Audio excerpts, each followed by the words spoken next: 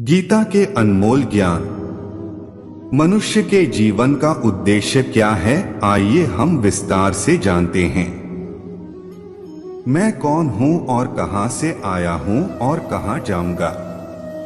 क्या आपके मन में भी कभी यह सवाल आता है कि मैं कौन हूं और कहां से आया हूं और कहां जाऊंगा? और क्या आप इन सभी सवालों के जवाब आसान शब्दों में जानना चाहते हो? अगर हां, तो इसे अंत तक जरूर देखें।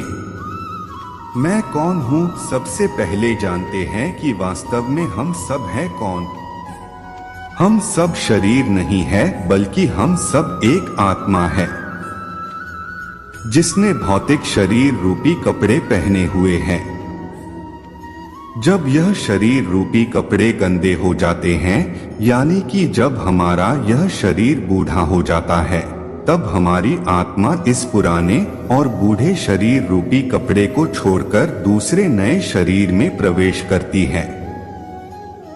श्रीमद् भगवत गीता में भगवान श्री कृष्ण अर्जुन से कहते हैं कि हे अर्जुन, तुम और इस रणभूमि में युद्ध करने के लिए आए हुए सभी योद्धा वो नहीं है जो तुम्हें वो बाहर शरीर से दिखाई दे रहे हैं, बल्कि वो सभी आत्मा है, न कि शरीर है। सिर्फ उन्होंने कुछ समय के लिए इस भौतिक शरीर में वास किया हुआ है, इसलिए वो सब तुम्हें शरीर दिखाई दे रहे हैं। और यह आत्मा अमर, अजन्मा, नित्य, शाश्वत तथा पुरातन है। कैसे, आइए भगवत गीता के श्लोकों से जानते हैं। श्रीमद् भगवत गीता के 2 अध्याय के 20वें श्लोक में भगवान श्री कृष्ण कहते हैं, वासांसि जीर्णानि यथा विहाय नवानि गृह्णाति नरो प्राणी तथा शरीराणि विहाय जीर्णान्यन्यानि संयाति नवानि देहि। इसका अर्थ यह है कि जिस प्रकार व्यक्ति पुराने कपड़ों को त्याग कर नए कपड़े पहनता है, उसी प्रकार यह आत्मा पुराने तथा बूढ़े शरीर को त्याग कर नए भौतिक शरीर को धारण करता है। हम कहां से आए हुए हैं? हम सभी भगवान के शाश्वत अंश हैं और हम सब भगवान के धाम से आए हुए हैं। श्रीमद् भगवत गीता के 15वें अध्याय के 7वें श्लोक में भगवान श्री कृष्ण कहते हैं कि ममैवांशो जीवलोके जीवभूतः सनातनः, यानी कि इस भौतिक जगत में जितने सारे जीव हैं, वो सभी मेरे शाश्वत अंश है। हम सब यहाँ क्यों आए हुए हैं?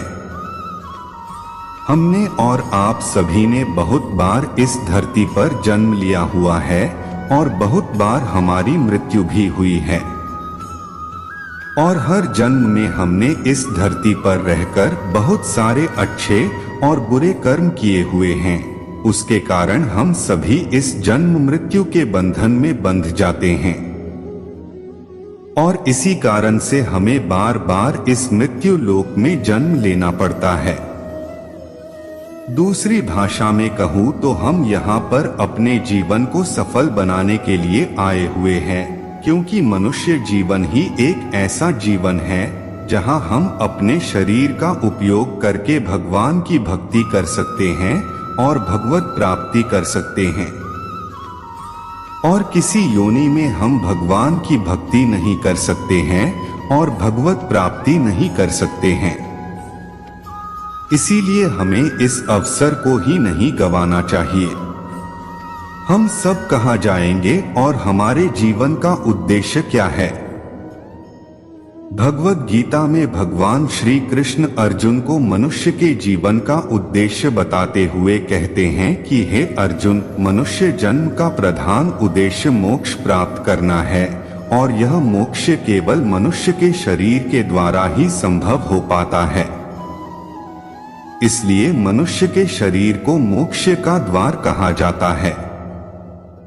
हे अर्जुन, हर जीवात्मा को मनुष्य का शरीर बड़ी मुश्किल से मिलता है। 84 लाख योनियों को भोगने के बाद सबसे आखिर में जीवात्मा को मनुष्य का शरीर मिलता है। इसीलिए इसे यूं ही नहीं गंवाना चाहिए क्योंकि देवी देवता भी मानव शरीर की आकांक्षा करते हैं ताकि उनको मुक्ति मिल सके।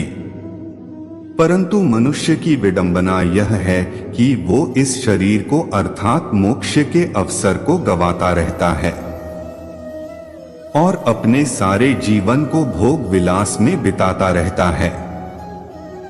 और जब उसके शरीर के मृत्यु छूटने का समय आता है तब भी वासना उसकी पीछा नहीं छोड़ती।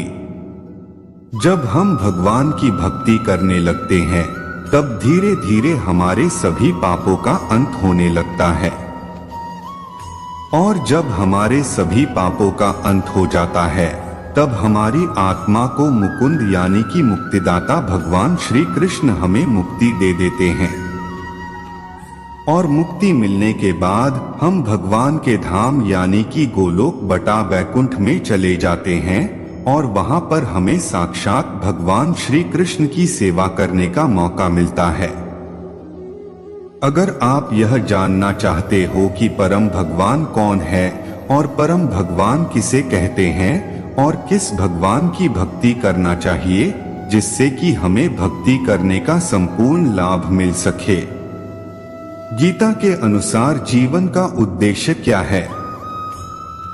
गीता के अनुसार जीवन का उद्देश्य मोक्ष को प्राप्त करना है। गीता के अनुसार मैं कौन हूँ? गीता के अनुसार मैं एक आत्मा हूँ और मैं भगवान का शाश्वत अंश हूँ। राधे राधे। ऐसे ही वीडियो देखने के लिए हमारे चैनल को सब्सक्राइब करें और लाइक कमेंट शेयर करना ना भूलें। वीडियो देखने के लिए धन्यवाद।